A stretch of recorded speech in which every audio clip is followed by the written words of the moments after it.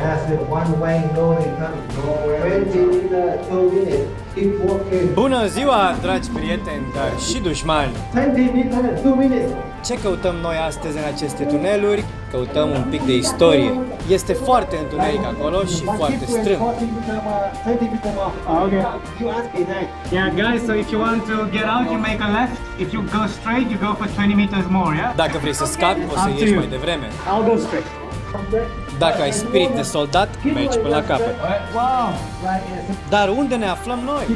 Chào các bạn, hôm nay chúng ta sẽ đi một nơi rất ý nghĩa và quan trọng trong lịch sử của Việt Nam, gọi là địa đạo Củ Chi. Desigur, ca să ajungi aici, poți cumpăra un tur. Dar eu nu merg cu autobuzul, ci numai cu motociclete. Địa đạo Củ Chi cách trung tâm thành phố Hồ Chí Minh khoảng 40 km. Depinde și pe ce drum o iei, dar atâta mi-a luat mie. Mùi phân bò rất thơm, thơm hơn cả trái thơm.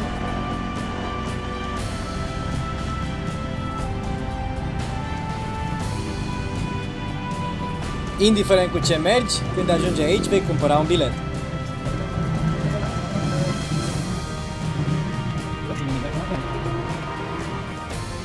$125.000 de dong pe persoană, echivalentul la $5 în anul 2024. Întâi vei privi un video foarte interesant și ți se va explica contextul istoric. În acest video îți voi explica chiar eu contextul istoric. Din anul 1945 până în 1954, vietnamezii au luptat pentru a înlătura pe colonialiștii francezi, lucru care s-a și întâmplat după Marea Bătălie de la Dien Bien Phu din 1954. Apoi, Vietnamul a fost separat în două părți aproape egale, de nord și de sud. A avut loc un al doilea război, mult mai cunoscut în toată lumea, care are diverse denumiri, cea mai cunoscută fiind Războiul din Vietnam, din 1955 până în 1975, aproape 20 de ani. Pentru a se infiltra în partea de sud, inclusiv în capitală, Saigon, astăzi orașul Ho Chi Minh, nord-vietnamezii au recurs la mai multe metode, printre care construirea unor tuneluri în care trăiau, în care se adăposteau, în care își îngrijeau răniții și bolnavii și din care puteau ieși și ataca aproape oricând. Acestea sunt tunelurile Cu Chi. And the cannon, you see here, 76 mm. Yeah, it comes to closure. Sunetele acestea de împușcături în depărtare fac totul mult mai interesant. Îți dau senzația că te plimbi pe aici chiar în timpul războiului. And you see here, that's the 38. De asemenea, atât la Ben Duc cât și la Ben Ding ți se oferă șansa de a trage cu niște arme folosite în timpul războiului, cum ar fi M16 și AK-47 sau Kalashnikov. Yeah, from the 1970. This. Dacă vrei să mă vezi trăgând cu un Kalashnikov, te poți uita la celălalt video despre Cu Chi care apare acum pe ecran. Okay, good. Anh đi nhiều lần rồi đúng không? Đây là lần đầu tiên. Lần đầu tiên. Trước thì đi chỗ kia, chỗ gọi là gì nhỉ? Bình Dương. Đúng rồi. Cách đây 13 cây. Nhưng mà đây lần đầu tiên ở đây. Anh đến đây ở Việt Nam lâu chưa? 15 năm. Ở Sài Gòn. Trước ở Hà Nội, bây giờ Sài Gòn. 14 năm ở Hà Nội, hơn 1 năm ở đây. 14 năm Hà Nội. Vậy ăn được bún đậu mắm tôm không? Không thích. Không thích cái mùi của mắm tôm. Nhưng mà biết cái đấy truyền thống của miền Nam đúng không? Bún đậu mắm tôm. Miền Bắc không có. Bún riêu cua. Đúng rồi. Cơm tấm ha. Cơm tấm quá ngon. Miền Bắc không có mà miền Nam đầy, rất tuyệt vời. Bánh mì Sài Gòn. Bánh mì thịt. Zona istorică Cu Chi include două locuri unde poți vizita tunelurile, tunelurile Ben Duc și tunelurile Ben Ding. În acest episod, Ben Ding și cimitirul eroilor de război. Dacă vrei să vezi cealaltă locație, Ben Duc, poți viziona celălalt videoclip Cu Chi al meu. Altfel, programul este de la 7 dimineața până la 5 după amiaza zilnic, inclusiv duminica și de sărbători. Ambele locuri au expuse diverse tipuri de capcane care erau folosite în timpul războiului. În anumite zone existau țepi, gropi de cuie și alte capcane. Rolling tap. Yeah, from the rolling. Yeah, from left to the head. They send the barbecue massage only from that to like that. Yeah. For in the Mekong Delta, so many the fish trap.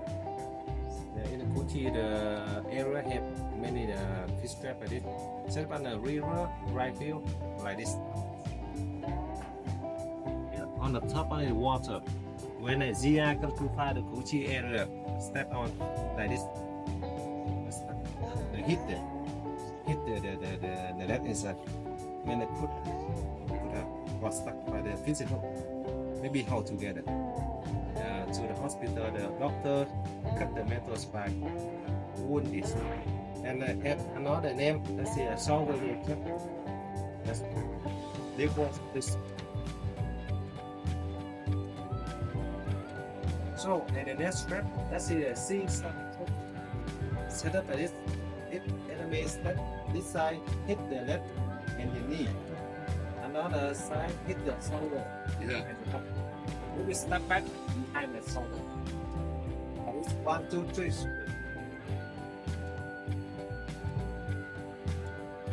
So, let's see the look like the building.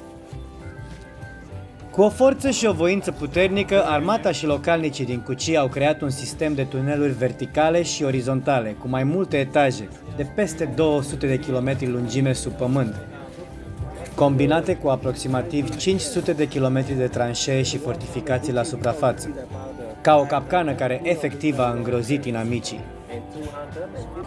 Trupele americane au efectuat 5.000 de operațiuni în zona Kuchi. În medie, în fiecare an al războiului au avut loc aproximativ 330 de raiduri.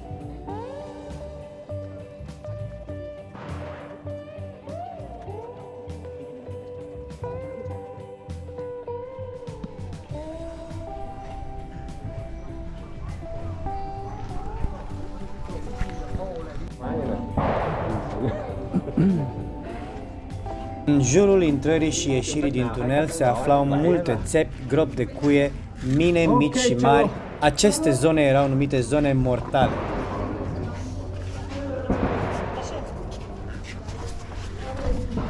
Yes, one way, no return. 20 meters, 2 minutes.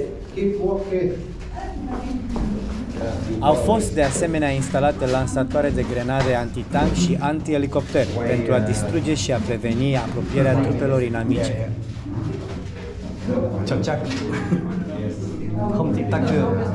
În aceste tuneluri existau și încăperi mai largi unde soldații vietnamezi puteau agăța un hamac pentru a se odihni.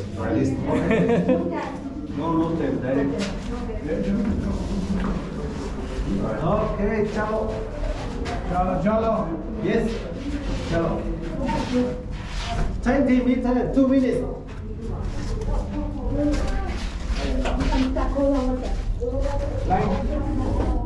Au fost restaurate săli de conferințe subterane în care au fost planificate campanii precum ofensiva de Tet din anul 1968. În bunker exista un loc pentru depozitarea armelor și alimentelor, o fântână, o bucătărie. Existau de asemenea și camere de lucru ale liderilor, o cameră de chirurgie și o cameră de îngrijire pentru soldații răniți, precum și tuneluri pentru femei, bătrâni și copii. Erau suprafețe mari cu acoperișuri aerisite, camuflate inteligent deasupra pentru întâlniri și spectacole muzicale. Okay, that's 20 meter. What exit? One keep going 40 meter more, 20 meter more. Okay. You ask behind. Yeah, guys, so if you want to get out, you make a left. If you go straight, you go for 20 meters more, yeah? Okay. Up to you. I'll go straight. So there you go if you, yeah? Pentru soldații vietnamezi, viața în tuneluri era foarte dificilă. Tunelurile erau infestate cu furnici, centipede veninoase, șerpi, scorpioni, păianjeni și rozătoare. De cele mai multe ori, soldații își petreceau ziua în tuneluri muncind sau odihnindu-se și ieșeau numai noaptea pentru a-și căuta provizii, Left and right. 51 exit. Left and right. Many exit. You know that. Wait. Yeah. We will keep moving. Yeah? On the left. Left, okay. Exit. Right exit. 51.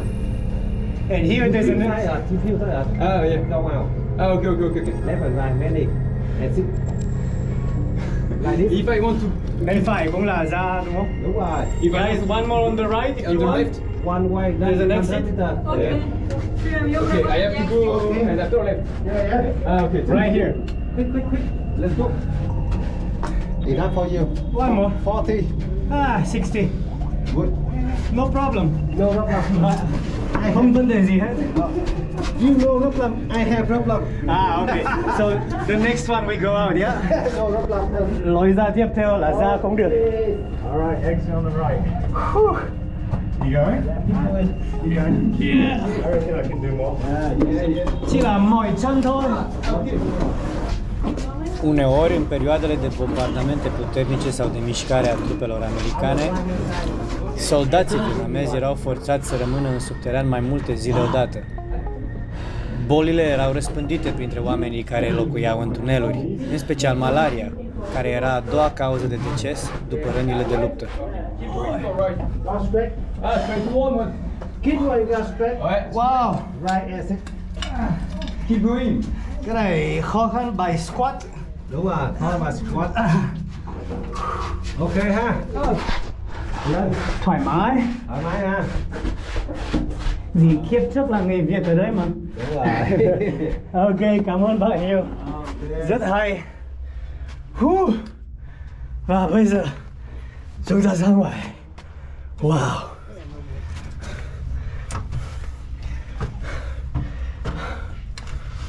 Yes, on the right.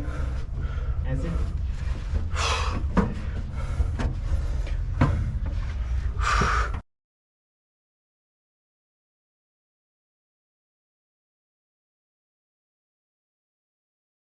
that's a medical bunker medical bunker in war time for the take care the wounded so in the war time no only the cover the rest and live now the next În timpul operațiunii Crimp, 8.000 de soldați din Divizia 1 de Infanterie Americană, o divizie de artilerie neozeelandeză și batalionul 1 din Regimentul Regal Australian au cercetat regiunea în detaliu. Australienii au dezvăluit pentru prima dată imensa semnificație militară a tunelurilor. La o conferință de presă internațională la Saigon, la scurt timp după operațiunea Crimp, colonelul australian Sandy McGregor s-a referit la oamenii săi drept dihori de tunel. Un jurnalist american care nu a auzit niciodată de dihori a folosit termenul șobolan de tunel și așa a rămas porecla soldaților americani sau ai aliaților lor care se aventurau în tuneluri. Rất xứng đáng.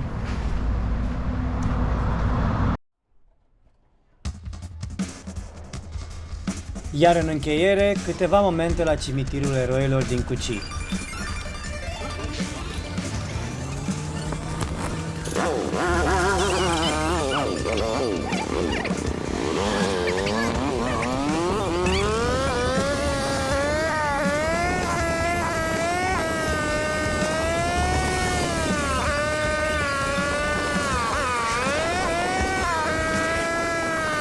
Mi-aș dori să vii aici nu numai pentru tuneluri și eventual ca să tragi cu armă. Sper să ai și câteva minute pentru a-i onora pe acești oameni, în mare parte extrem de tineri, uneori chiar și adolescenți, care au făcut sacrificiul suprem pentru a-și elibera țara.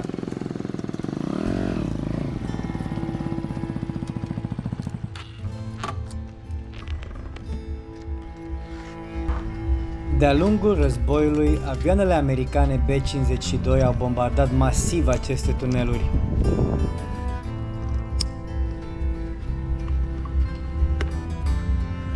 Spre sfârșitul războiului, unele tuneluri au fost bombardate atât de puternic încât unele porțiuni s-au prăbușit, iar alte secțiuni au fost expuse.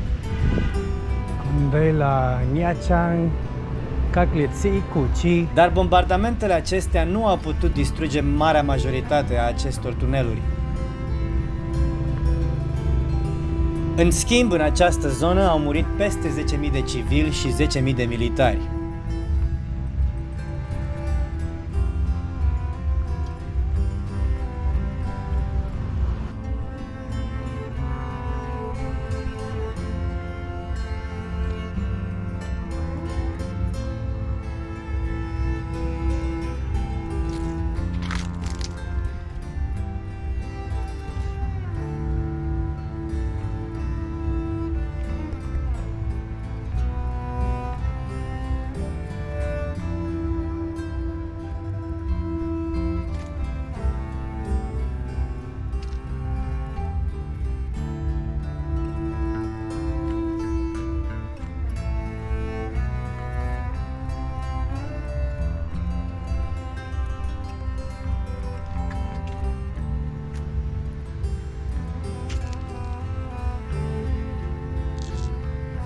Peste 28.000 de case au fost arse, iar 20.000 de hectare de câmpuri și păduri au fost distruse.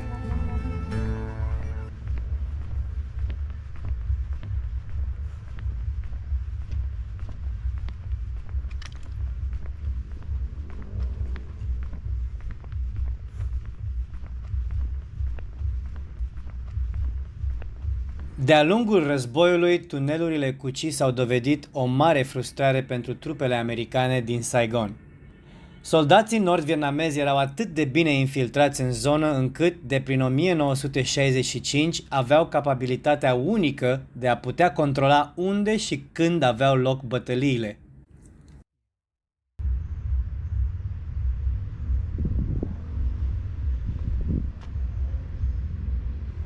Ajutând la transportul proviziilor și la adăpostirea trupelor, tunelurile din Cu Chi au permis soldaților nord-vietnamezi din Vietnamul de Sud să supraviețuiască, să ajute la prelungirea războiului și la creșterea costurilor și victimelor americane până la eventuala retragere americană din 1973 și până la înfrângerea finală a Vietnamului de Sud din 1975. Vă mulțumesc pentru vizionare, sper că v-a plăcut și vă rog, abonați-vă la canalul meu pentru a urmări și videourile din viitor. Până data viitoare, Vietnam Rider vă urează numai bine, dragi prieteni, dar și dușmani, pentru că eu țin la toți!